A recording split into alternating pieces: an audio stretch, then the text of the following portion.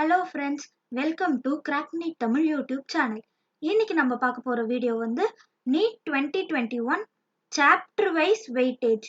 So முதல்ல நம்ம ஒரு லெசன் படிக்கிறோம்னா அந்த லெசன்லேருந்து எத்தனை கொஸ்டின் வருதுன்னு தெரிஞ்சுக்கணும். அது வந்து எவ்வளோ இம்பார்ட்டண்ட்டான சாப்டர், அதில் எந்த மாதிரி கொஸ்டின்ஸை சால்வ் பண்ணணும்னு நம்மளுக்கு வந்து ஃபஸ்ட்டு தெரியணும்.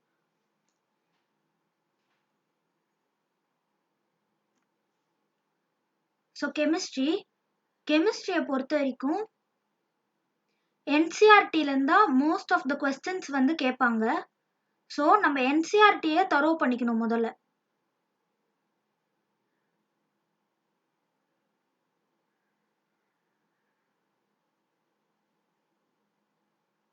ஸோ இது வந்து ஒரு இயரோட நீட் கொஸ்டின் பேப்பர் பேசிஸில் கிளாஸ் 11லேருந்து எவ்வளோ கொஸ்டின் வந்திருக்கு, கிளாஸ் 12லேருந்து எவ்வளோ கொஸ்டின் வந்திருக்குன்னு பார்க்கலாம். ஸோ நார்மலாக கெமிஸ்ட்ரி எப்படி பிரிப்பாங்க நீட்க்கு? Inorganic chemistry, organic chemistry and physical chemistry. So inorganic கெமிஸ்ட்ரியில் கிளாஸ் 11லேருந்து 8 கொஸ்டின்ஸ் வந்திருக்கு. கிளாஸ் 12லேருந்து இன்ஆர்கானிக் கெமிஸ்ட்ரியிலேருந்து அதே 8 கொஸ்டின்ஸ் தான் வந்து வந்திருக்கு.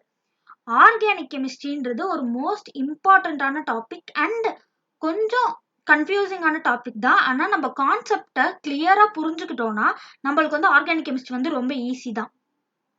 ஸோ கிளாஸ் 11 ஆர்கானிக் கெமிஸ்ட்ரியிலேருந்து 3 கொஸ்டின்ஸ் வந்திருக்கு. கிளாஸ் 12 ஆர்கானிக் கெமிஸ்ட்ரியிலேருந்து 13 கொஸ்டின்ஸ் வந்திருக்கு. ஸோ இதை மெயினாக இங்கே வந்து நோட் பண்ணணும். கிளாஸ் 12 ஆர்கானிக் கெமிஸ்ட்ரி வந்து ரொம்ப இம்பார்ட்டண்ட்டான சாப்டர்ஸ். கிளாஸ் 12 வர எல்லா ஆர்கானிக் கெமிஸ்ட்ரி சாப்டர்ஸும் ரொம்ப இம்பார்ட்டண்ட்டான chapters. Next physical chemistry. Physical கெமிஸ்ட்ரியில் வந்து கிளாஸ் 11லேருந்து 7 கொஸ்டின்ஸ் கேட்டிருக்காங்க. கிளாஸ் 12லேருந்து 6 கொஸ்டின்ஸ் வந்து கேட்டிருக்காங்க. ஸோ நார்மலாக கிளாஸ் 12 தான் வந்து மோர் வெயிட்டேஜ் கெமிஸ்ட்ரியை பொறுத்த வரைக்கும். ஸோ கெமிஸ்ட்ரியில் கிளாஸ் 12லேருந்து தான் நிறைய கொஸ்டின்ஸ் கேட்டிருக்காங்க. ஆனால் இது வந்து இந்த ட்ரெண்ட் வந்து வேரி ஆகலாம். ஒரு வருஷத்தோட கொஸ்டின் பேப்பரில் வேறு மாதிரி வேரி ஆகலாம். ஆனால் இன்ஆர்கானிக்கில் டோட்டலாக 16 கொஸ்டின்ஸ் கேட்டிருக்காங்க. ஸோ இப்படி தான் பிரிப்பாங்க நார்மலாக. இன்ஆர்கானிக் 15, ஆர்கானிக் 15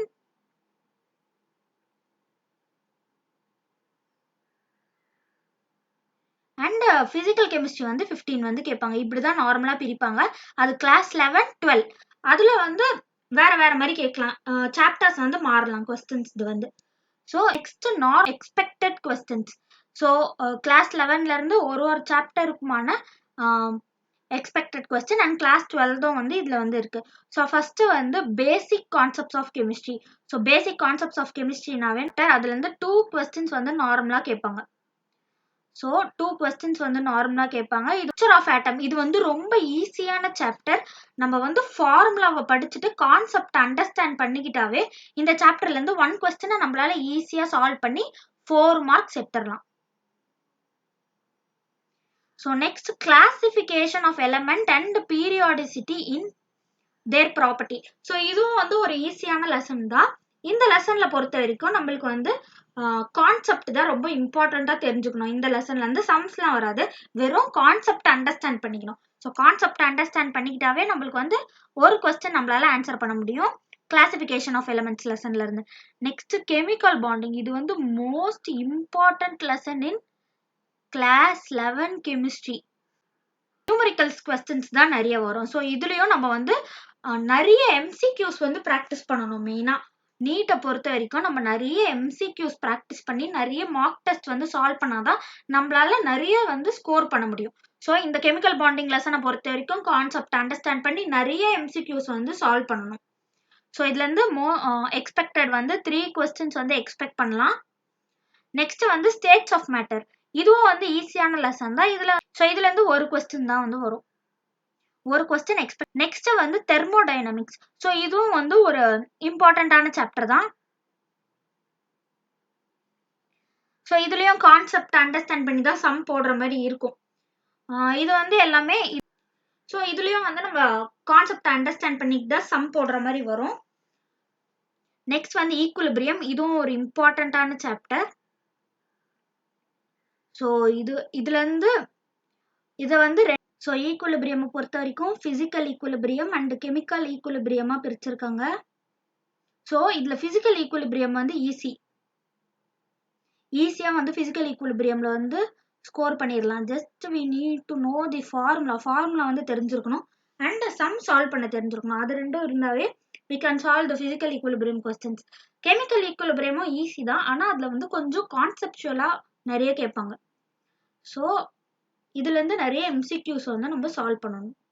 ஸோ ஈக்குவலிபிரியம்லேருந்து 2 questions வந்து எக்ஸ்பெக்ட் பண்ணலாம்.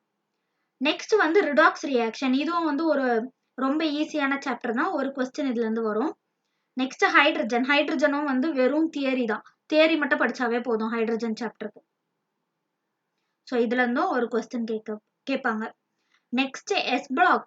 இன்ஆர்கானிக் கெமிஸ்ட்ரியில மெயினா நம்மளுக்கு என்ன தெரிஞ்சிருக்கணும்னா எல்லா ரியாக்ஷன்ஸையும் நம்ம படிக்கணும்.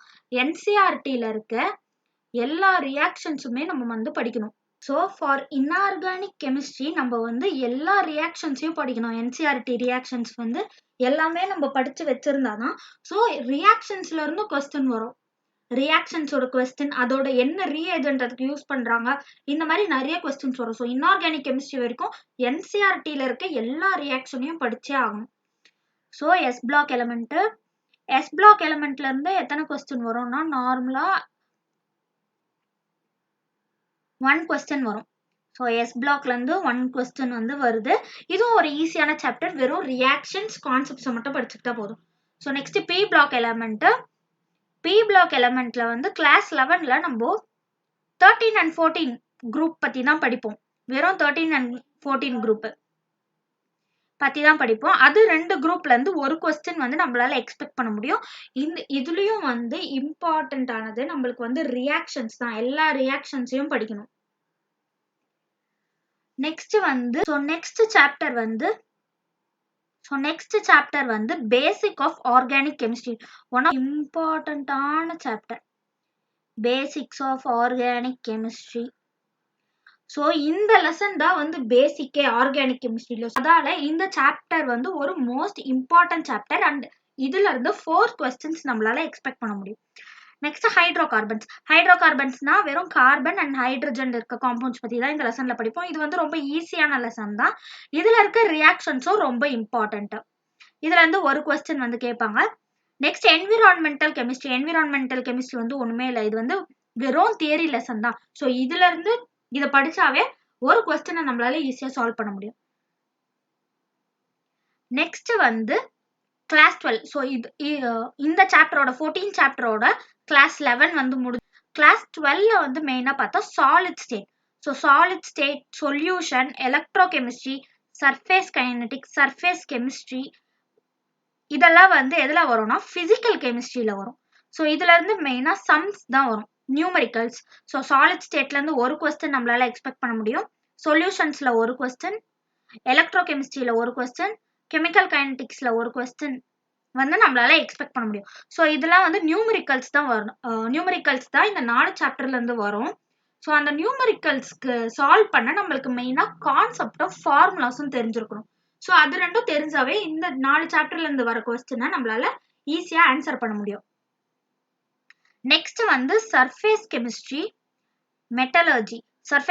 மெட்டலர்ஜி ரெண்டுமே வந்து இன்ஆர்கானிக். ஸோ இதுவும் வந்து ஈஸியான சாப்டர் தான், ரெண்டுமே வந்து ஈஸியான சாப்டர் தான். தியரியா அண்டர்ஸ்டாண்ட் பண்ணிக்கணும் இதுல வந்து மெயினா சர்ஃபேஸ் கெமிஸ்ட்ரிலயும் மெட்டலர்ஜிலயும்.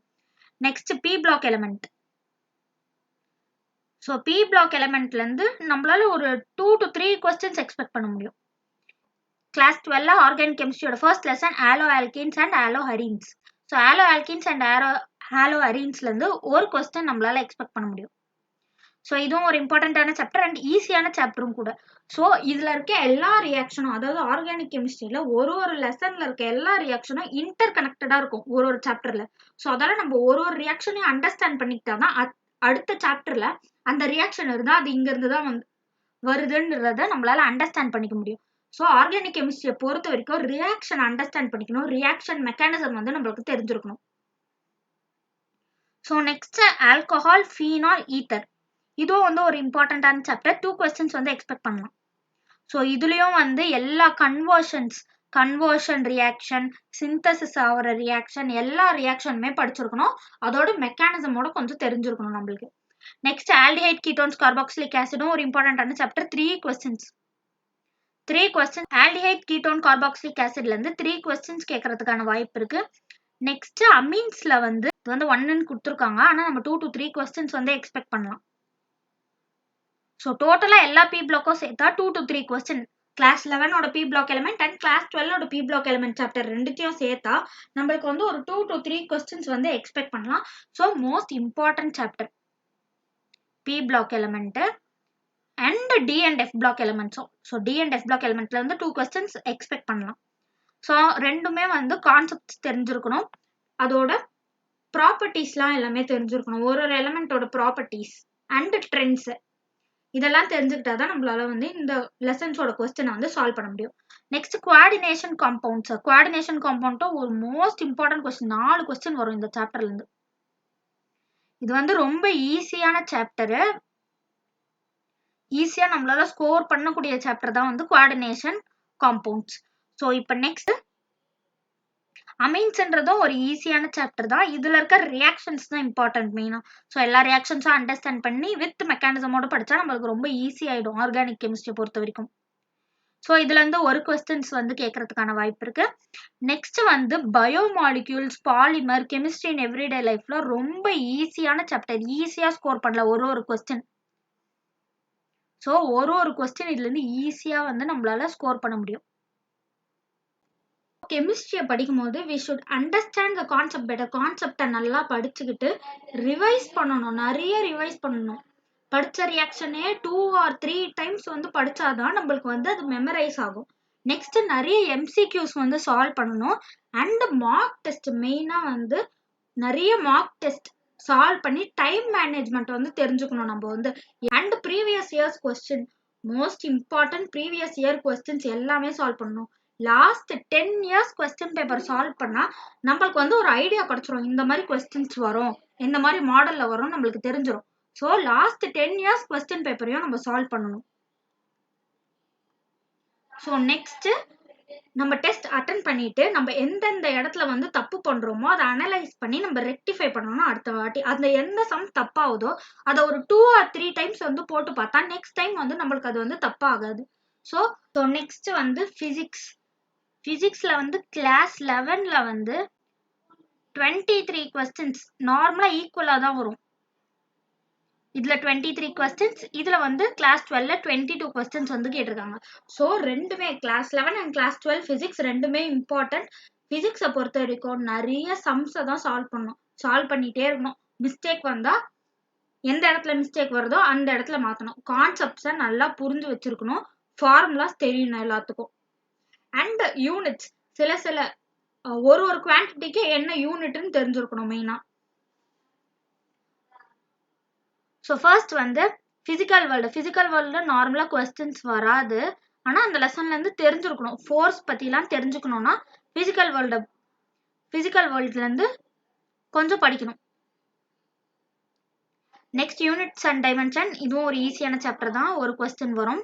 நெக்ஸ்ட் மோஷன் இன் 1D, மோஷன் இன் 1 டைமென்ஷன்லேருந்து 2 கொஸ்டின் வரும். இது வந்து ஒரு ஈஸியான சாப்டர் தான், வெறும் ஃபார்முலாஸ் கான்செப்ட்ஸ் வந்து தெரிஞ்சிருக்கும். ஸோ பிசிக்ஸை பொறுத்த வரைக்குமே கான்செப்ட் தெரிஞ்சு நிறைய ப்ராப்ளம்ஸ் வந்து சால்வ் பண்ணணும். ஸோ மோஷன் இன் 2Dல வந்து 2 கொஸ்டின்ஸ் கேட்பாங்க. லாஸ் ஆஃப் மோஷன்லேருந்து 3 கொஸ்டின்ஸ் வந்து கேட்பாங்க, 3 கொஸ்டின்ஸ். ஸோ இது வந்து ஒரு இம்பார்ட்டண்ட்டான சாப்டர்.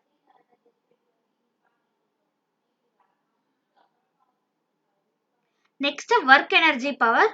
இதுல இருந்து ஒரு கொஸ்டின் வரதுக்கான வாய்ப்பு இருக்கு. System of particle and rotation motion, again important lesson. இது ஒரு இம்பார்ட்டன்ட் லெசன். இதெல்லாம் வந்து நிறைய கொஸ்டின்ஸ் இந்த லெசன்ல இருந்தெல்லாம் சால்வ் பண்ணணும். Laws of motion, system of particle and rotational motion. So next கிராவிடேஷன்ல இருந்து ஒரு கொஸ்டின் வரும். மெக்கானிக்கல் ப்ராப்பர்ட்டி ஆஃப் சாலிட்ஸ்ல இருந்து ஒன்று வரும். ஃப்ளூயிட்ஸ்ல இருந்து ஒன்று வரும். ஸோ தெர்மல் ப்ராப்பர்ட்டில இருந்தும் வரும், ஒரு கொஸ்டின் வரதுக்கான வாய்ப்பு இருக்கு. இந்த லெசன் ஒமிட் பண்ணக்கூடாது, இதையும் வந்து நம்ம படிச்சுக்கணும். Next thermodynamics. தெர்மோடைனமிக்ஸ்ல இருந்து 2 கொஸ்டின்ஸ் வரும்.